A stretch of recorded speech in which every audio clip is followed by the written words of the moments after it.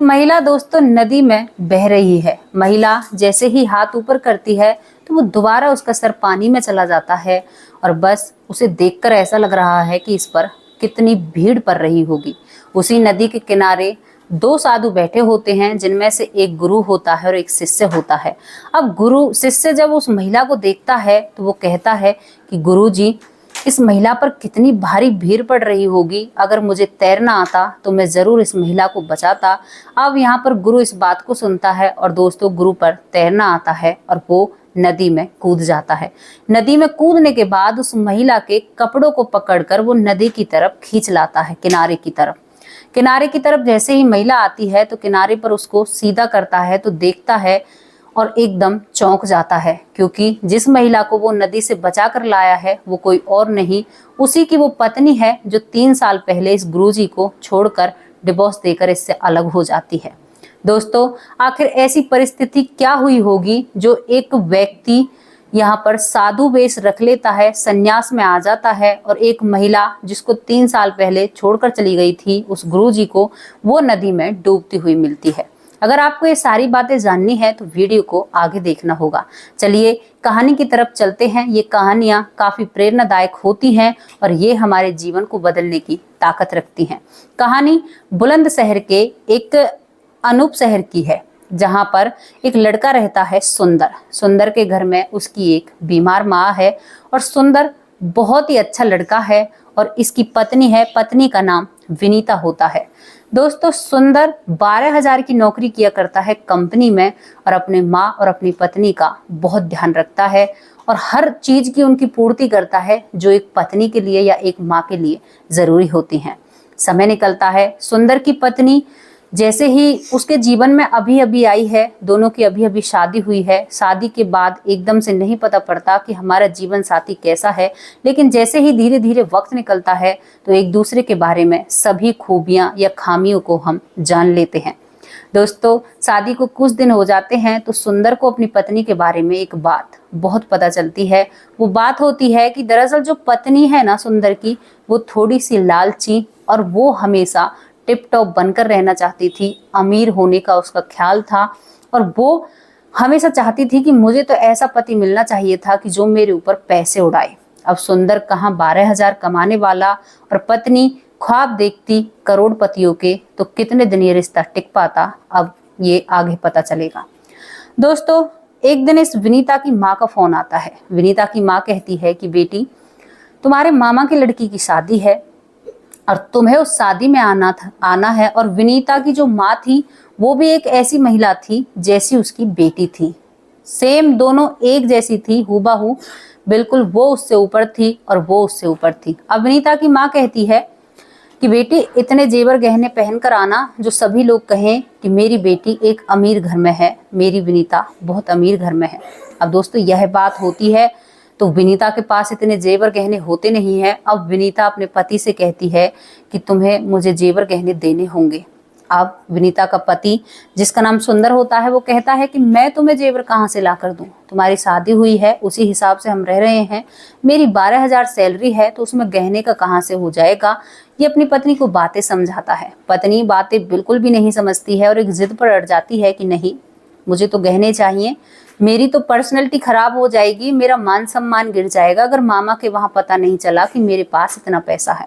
दोस्तों सुंदर भारी परेशानी में आ जाता है और सोचता है कि भाई इसको मैं इतने जेवर गहने कहाँ से लेकर आऊं। और यहाँ पर विनीता मांग करती है कि मैं अपने मामा की लड़की की शादी में जा रही हूँ, मुझे कम से कम 5,000 रुपये तो चाहिए मेरे ऊपर खर्च करने के लिए। अब दोस्तों सुंदर जो एक घर, एक माँ, एक पत्नी सभी को संभाल रहा था, ऊपर से 12,000 सैलरी, तो यहाँ पर वो अपनी पत्नी से मना कर देता है। जब पत्नी से मना किया जाता है तो वही किस्सा हर घर का होता है। यहाँ पर पत्नी अपनी माँ पर फोन मिलाती है और बैठ जाती है अपने पति और घर की बुराई करने के लिए। कहती है कि माँ तुमने कैसा जमाई ढूंढा है, मेरे खर्चे ही इससे पूरे नहीं हो रहे तो मैं क्या इसके पीछे सुखी रहूंगी। माँ कहती है कि बेटी हमें नहीं पता था कि ये इतना भूखा नंगा है जो तुम्हें तुम्हारी मनचाही चीज भी नहीं दे सकता। जब ये बातें माँ बेटी बतरा रही हैं तो आप समझ नहीं सकते, कि ऐसा महसूस हो रहा था कि जहाँ मानो कि दो सगी बहनें बतरा रही हों और इतनी बुराई यहाँ पर उस सुंदर की जाती है कि अगर सुंदर सुने तो उसके पैरों तले जमीन खिसक जाए। अब यहाँ पर जो विनीता की माँ होती है वो कहती है कि कोई बात नहीं बेटी, तुम शादी में आना, हम किसी को महसूस नहीं होने देंगे कि तुम्हारे पास पैसे नहीं हैं या जेवर नहीं हैं, तुम मेरे गहने पहन लेना, लेकिन शादी में तुम्हें सबसे अमीर दिखना है।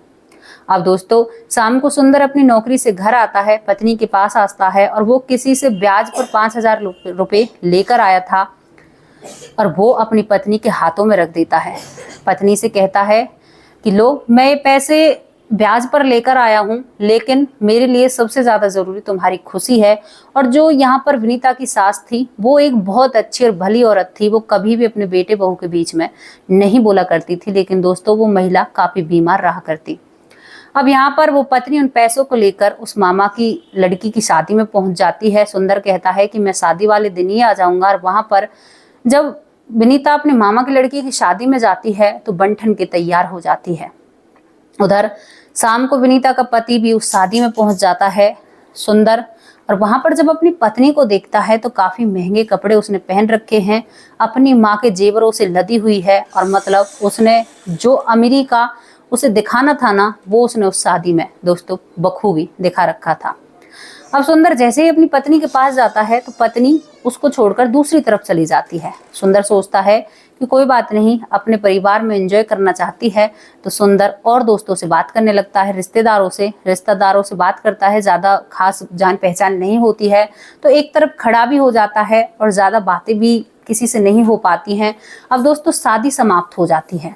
शादी समाप्त होने के बाद जो सुंदर है वो अपनी पत्नी से कहता है कि चलो अब तो तुम्हारी शादी भी निपट गई, अब तुम्हें घर नहीं चलना। तो यहाँ पर जो सुंदर की पत्नी होती है विनीता, वो कहती है कि नहीं, मुझे घर नहीं जाना, मैं तो अब अपने माँ बाप के पास रहूंगी, मुझे अपने माँ बाप के पास रहना है। सुंदर अपनी पत्नी की बातें सुनकर थोड़ा सा हैरान होता है, लेकिन फिर सोचता है कि कोई बात नहीं, अपनी माँ के पास रहना चाहती है, हर बेटी रहती है। और सुंदर विनीता को उसी शादी में छोड़कर अपने घर आ जाता है। घर जैसे ही आता है, बीमार माँ जो बिस्तर पर पड़ी हुई है वो कहती है कि बेटा, क्या तुम विनीता को नहीं लाए? मैं तो इतनी बीमार हूँ, यहाँ पर खाना कौन बनाएगा? और वो खांसने लगती है खाट में। जब ये बात सुंदर अपनी माँ से नहीं कहना चाहता है, कहता है कि माँ वो 2-4 दिन अपने मायके में रहेगी, उसके बाद आ जाएगी। अब दोस्तों विनीता जो होती है वो अपने माँ बाप के कान भरती और कहती है कि मुझे उस गरीब या बेकार व्यक्ति के पास नहीं जाना, उसकी माँ बीमार है, पूरे दिन में काम में लगी रहती है और मेरे खर्चे उठाने की उसकी औकात नहीं है। दोस्तों यहाँ पर अब 10 दिन हो जाते हैं, 10 दिन से 15 दिन हो जाते हैं, 15 दिन से 20 दिन हो जाते हैं। बीमार माँ खास कर दुखी होकर पता नहीं कैसे कैसे घर का काम करती है, तो अपने बेटे से कहती है कि बेटा तो एक बार जाकर तो देख, विनीता इतनी बुरी नहीं है, तेरे साथ आ जाएगी। क्योंकि माँ को भी भनक लग जाती है कि कहीं ना कहीं जो बहू है वो रूस कर मायके गई है। सुंदर अपनी माँ के कहने पर पत्नी के पास पहुंच जाता है और वहां पर जाकर अपने ससुर से कहता है कि पिताजी, मैं विनीता को लेने के लिए आया हूं। लेकिन विनीता अंदर से कहती है कि चाहे धरती इधर से उधर हो जाए, लेकिन मैं इस बेवकूफ इंसान के साथ नहीं जाऊंगी। दोस्तों ये लफ्ज जब सुंदर सुनता है तो वो थोड़ा सा गुस्से में आता है, लेकिन उस गुस्से को वो वहीं पर कंट्रोल कर लेता है और विनीता उसके साथ नहीं आती है। और विनीता का जो पिता है और माँ है वो फुल अपनी बेटी के सपोर्ट में होते हैं और यहाँ पर सुंदर को वापस भेज देते हैं। सुंदर की माँ जो बहुत बीमार है, लेकिन सुंदर की माँ बार बार प्रयास करती है और कहती है कि बेटा एक बार तो और जा, कम से कम शायद बहू आ जाए। और यहाँ पर 4-5 बार सुंदर की माँ भेजती है, लेकिन विनीता नहीं आती है। दोस्तों 5 बार यहाँ पर सुंदर जा चुका था अपनी ससुराल में, अब विनीता एक बड़ा पटाखा फोड़ने वाली थी। विनीता अपने पति पर डिवोर्स केस डालती है, घर पर उसके कागज भिजवाती है।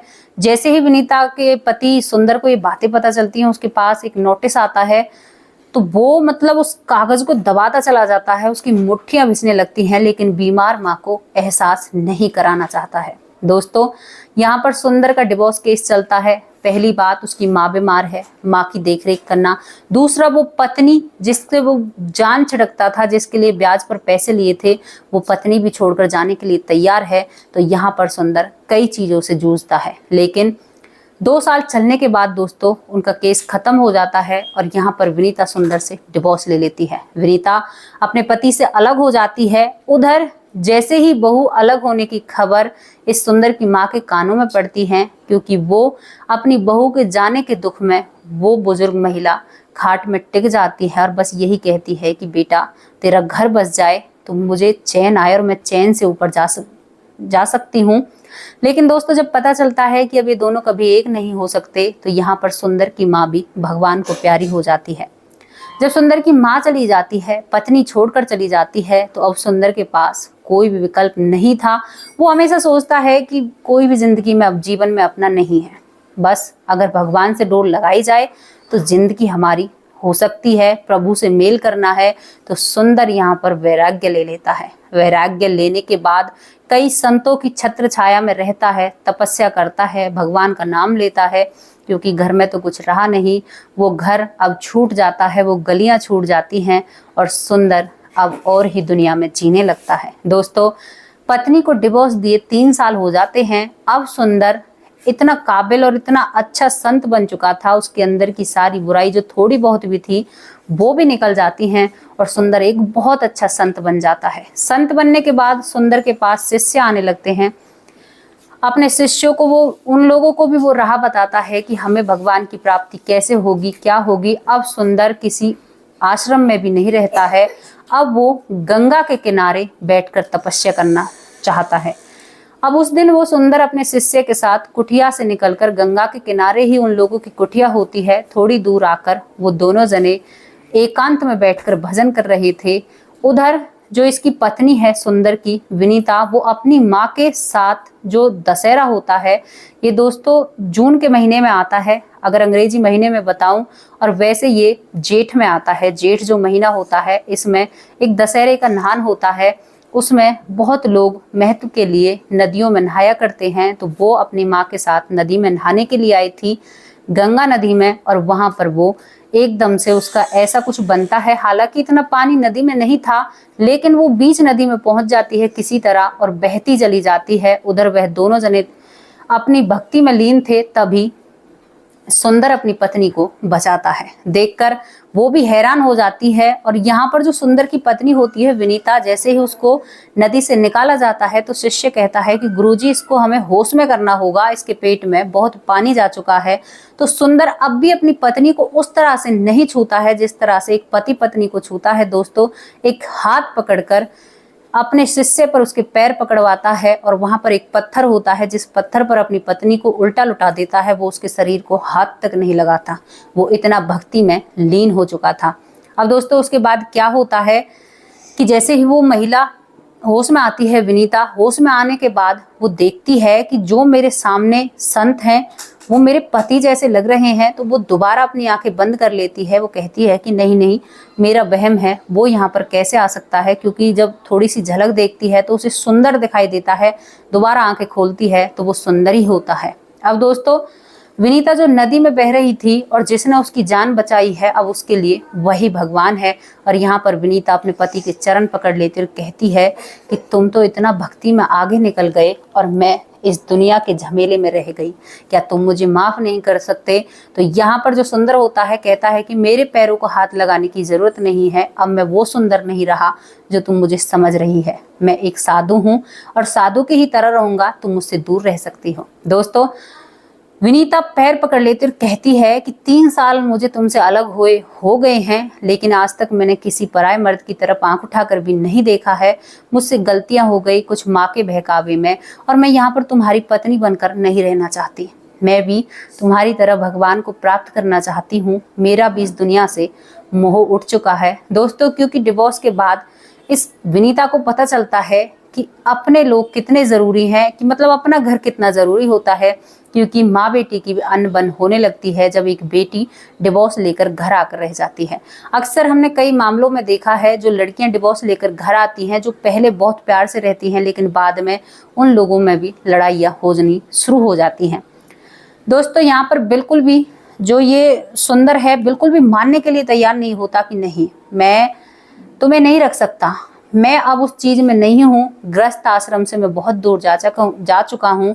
तो यहाँ पर विनीता कहती है कि चाहे आप कहीं भी गए हो, मेरे लिए भगवान से पहले आप हो, और आज से ही आप मेरे गुरु हो, भगवान हो, और मैं चाहे भूखी मर जाऊं या प्यासी मर जाऊं, मैं अब आपके साथ वैराग्य में रहूंगी। दोस्तों, जब ये चीजें जो शिष्य है वो देख रहा है तो वो कह रहा है कि गुरुजी, हमें तो पता ही नहीं था कि हमारी कोई गुरु माता भी है, आपने पहले कभी नहीं बताया। और यहाँ पर वो शिष्य इस विनीता के भी पैर पकड़ लेता है और अपने गुरुजी से एक विनती करता है कि गुरुजी, आप भी गुरु माता को रख लीजिए ना, हमारा भी बहुत अच्छा, हमें भी बहुत अच्छा लगेगा कि हमारी गुरु माता भी हैं और गुरु पिता भी हैं। दोस्तों, शिष्य के कहने पर और उस पर तो यहाँ पर ये कहता है कि बिल्कुल मुझसे दूर रहना और तुम्हें तपस्या करनी होगी। और यहाँ पर विनीता राजी हो जाती है, कपड़े बदल लेती है और वहाँ पर एक साध भी बन जाती है और एक माला लेकर हमेशा फेरती रहती है। तो दोस्तों, कैसी लगी आप लोगों को ये कहानी, ये स्टोरी? ये कहानियों को लाने का केवल एक ही उद्देश्य है, आप लोगों को परेशान करना या दुखी करना हमारा कोई भी उद्देश्य नहीं है। केवल यही है कि समाज में जागरूकता फैले, लोगों को पता चले कि क्या कुछ हमारे समाज में हो रहा है। तो जैसी भी आपको स्टोरी लगी हो, आप अपनी राय कमेंट बॉक्स में जरूर रख सकते हैं। कल फिर हाजिर होंगे एक और ऐसी ही सच्ची और अच्छी घटना के साथ। तब तक के लिए नमस्कार, जय हिंद, जय भारत।